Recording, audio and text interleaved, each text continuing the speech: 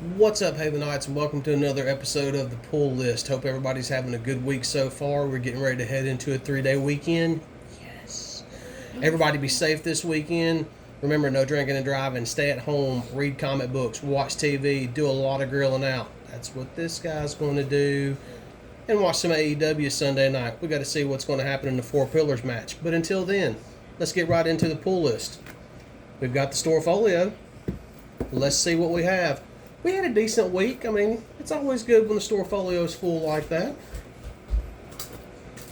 We'll get started right quick and we'll go through these a little fast because y'all be watching this on Friday. Hopefully, after you've watched an episode of Shop Talk with Josh and I, we will be back live this week. And we will be covering these books on the show, but this right here is just y'all's little after show video where we go a little more in detail and a little more spoilers because Thursday night I really don't know what all Josh has read and what he hasn't read, so we'll try to keep it spoiler free. But for now, all spoilers are on the table, so let's get ready. We have Dawn of DC Primer, issue number 1. This was the free special edition that come out last week. In this particular issue, we get a story. It's basically Amanda Waller has gone to all the villains and she's put a bounty on all the superheroes' heads. She thinks they're scattered. She thinks they're vulnerable. She's ready to take them out. I'll be kind of honest with y'all. After talking to a friend of mine, he brought up a very valid point, and I understand his point. Kind of tired of Amanda Waller. I mean, let's move on. Give me a new big bad. Give me something else. Yeah, I mean, I think that we can move on from her for now. She's a good character. She was a solid character, but she doesn't need to be everywhere. We don't need to have that looming presence. And that's just me personally. Some of y'all may feel differently, but other than that, I mean, it was good. It kind of sets you up, kind of gives you a little bit of what's going on. We do have Peacemaker on a mission for Amanda Waller when all this is going on, but it just kind of served its purpose. It just kind of a little bit of setup. Once again, remember, free. Do not pay for free comic books. Sorry, I'm going to keep harping on that. That really aggravated me about Free Comic Book Day this year, or after the Free Comic Book Day this year. Next up on the list, we have Last of the Barbarians, issue number 4. Our group is making it further into the north. They have encountered what I believe it's called plaguers, is what they were. They're basically zombies. When it comes down to it, they were zombies. If you were touched by them on any level, you were automatically infected. No one has ever been cured from it until the child Malcolm steps in, and Malcolm does cure some plaguers. We do kind of push a little bit further into the north. We're getting closer to where they're trying to get Malcolm to. The bad guys are still honing in on them. Can't even think of their names right now. They just totally left my head. Please forgive me, Mr. Haberlin.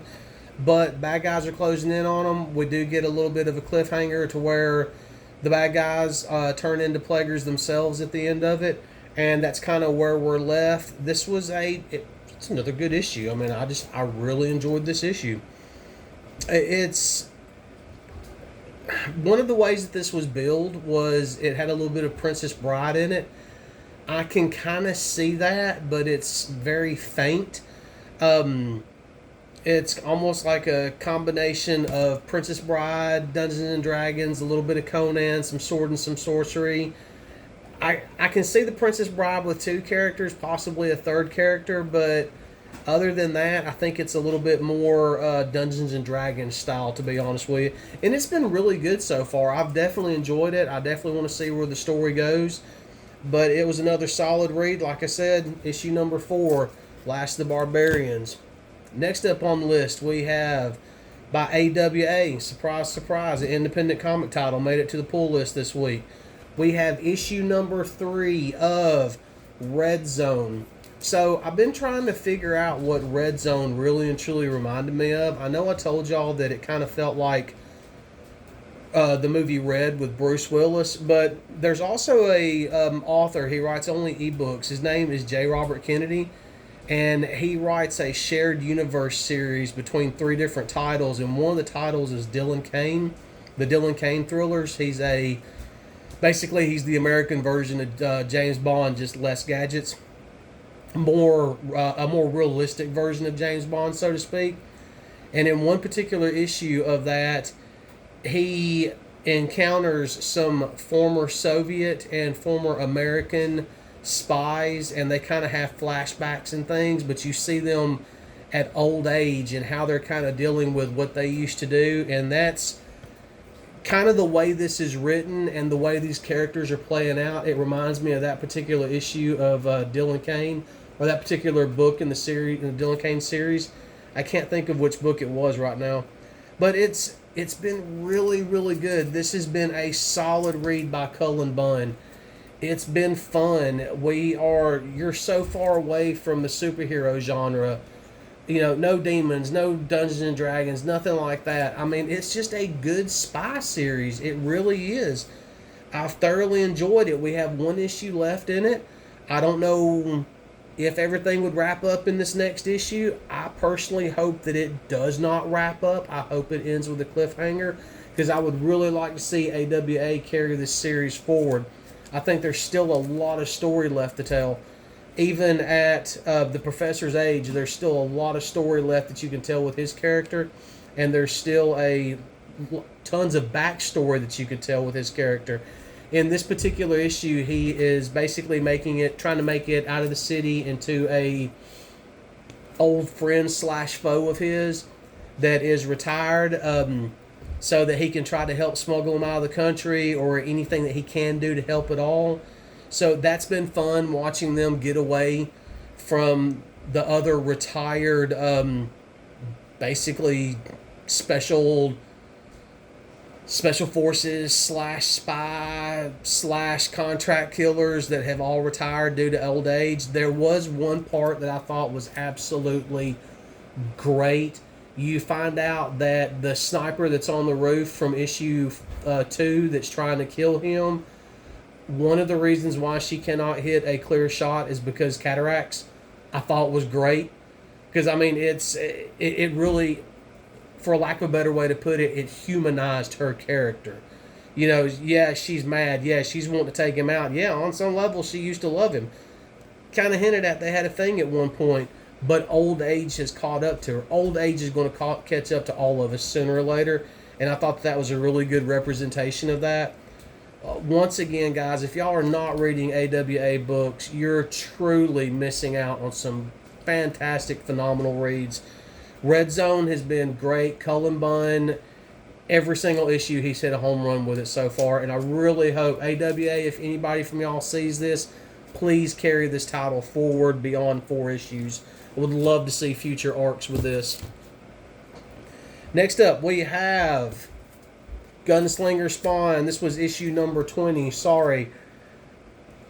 You know, I'm flipping through this issue and everything, and it's a good issue. I like where Javier's at. I cannot think of his little sidekick's name right now. He kind of gets into a little bit of trouble. We do have Dakota show back up, but one thing that really stood out about this issue was every single page I turned, it was like the art got more and more and more beautiful. And then I was just like, I was blown away by it. I cannot stress enough how much I was blown away by the art of this particular issue. I don't know why, because the same gentleman's done all of them so far. But Brett Booth, that's all I can really say. Beautiful artwork in this issue. Great representation of all the characters. Everything looked fantastic. It was just pure. I don't know why this particular issue stands out so much to me, but just pure perfection on Brett Booth's part. Every single aspect of it. Right now, Gunslinger is on his way to... basically, we end up... Gunslinger's made his way back to the hotel room after his encounter with Spawn in issue 19. He kind of takes care of a couple of little minor skirmishes, a couple of things going on there. The Queen of Dinosaurs, I believe is what they call her, shows up, but she does not show up to fight. I love her portrayal, what McFarlane and Brett Booth have done with that character, and the way she looks, the aesthetics and everything. Great looking character, strong looking character. Once again, if anything, if you're not reading Gunslinger Spawn, I'm telling you, at least pick up issue 20 to look at the artwork in this. Absolutely phenomenal artwork. But we do leave off with Gunslinger leaving with her, and they are on their way to kill her father. Guess who her father is? The Clown. So, issue 21 should be pretty fun. We're going to save this one right here for last. Yes, we are, because it was a little bit too good. Next up on the list, we have Dawn of DC, Superman, issue 4. I like the new direction. I like what Williamson is doing with Superman. I'm really enjoying this, having Lex Luthor in his ear and having to, basically, whenever Superman goes out to do something, he pretty much got to put up with Luthor. Almost kind of like a conscious, think of a evil version of Jimmy Cricket. How about that? The reason why I'm opening this up is, once again, we have some really good art. They're doing a really good job representing these characters. We get a nice I was looking for one particular page. We get a nice backstory on when Lex Luthor first came to Gotham and how he was originally Gotham's first hero and how he wanted to save the city. I thought that was a nice little backstory. It was really good. As far as the art is concerned, Superman is battling Silver Banshee in this particular issue. It was really good. You find out that I am trying to... So let's see if we can get a little bit closer right down in here. Even the small panels, they've done a really good job with on the art. There is... Superman knows that he can help Silver Banshee. He knows that her powers have been pushed pretty much beyond their limits and maxed out, and she's being controlled. And they're in the street. They're fighting. Jimmy Olsen comes up to Lois Lane. They talk for a minute. Superman and Silver Banshee, their fight continues. Superman's really, you kind of get the impression that he's holding back, because we all know that, man, he could end pretty much any fight whenever he wanted to. But just as Silver Banshee is weakened, Jimmy Olsen jumps in between them, and he's shielding Silver Banshee from Superman, and he's holding on to her, and he's like, you got to stop because I love her. Did not see that coming. Good job. That one was kind of like, oh, wait a minute. No, we don't need to end it on the last page like that. Give me issue number 5. Let's keep going with this. So, but once again, I'm just now starting to get back into Superman comics. I really picked up issue 1 because I wanted to see how they were going to do with the Dawn of DC. I started reading Action again. I'd kind of been watching like Smallville clips on YouTube and stuff. I'm starting to fall in love with the character again. I think they're doing a really good job with it. It still reminds me, it feels like I'm reading it feels like I'm reading an episode of Superman the Animated Series. So I've enjoyed that aspect of it. It does have a nostalgic feel, and the stories have been solid. They've been pretty good so far. So that one definitely worth picking up. Next up on the list, we have Dawn of DC Titans number 1. Titans are moving into Titans Tower. It's moving day. They are getting ready to to move into their new homes. What I am going to say about this issue is, because I know I've got several friends that have not read it yet, so I kind of don't want to spoil it for them, because I know they've been looking forward to this title. But issue 1 of Titans starts out with a bang. If you've read it, you know what I did there. It ends in a really good manner, the way that they end it. It does end with a murder. We end up trying to figure out what's going on. All over the monitors is plastered "Solve it."